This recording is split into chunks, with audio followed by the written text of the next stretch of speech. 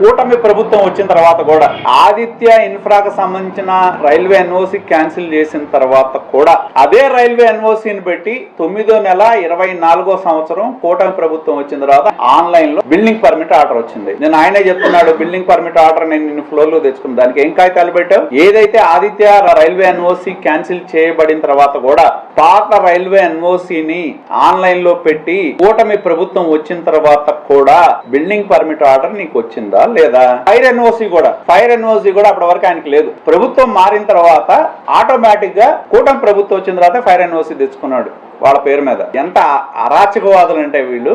మరి నిజంగానే మాకు ఆయన చెప్పినట్టు కూటమి ప్రభుత్వం అధికారంలోకి వచ్చింది, ధూళిపాండి నరేంద్ర ఇన్ఫ్లుయెన్స్ చేస్తున్నాడు అనుకుంటే ఇవన్నీ నీకు ఎలా వచ్చింది? బిల్డింగ్ పర్మిట్ ఆర్డర్ పాత రైల్వే ఎన్ఓసి పెడితే ఎలా వచ్చింది? నీ పేరు మీద ఫైర్ ఎన్ఓసి ఎలా ట్రాన్స్ఫర్ అయింది? కూటమి ప్రభుత్వం వచ్చిన తర్వాత కూడా గ్రీన్ బ్రిడ్జ్ లో నిర్మాణాలు జరిగినాయా లేదా? ఎలా చేశారు?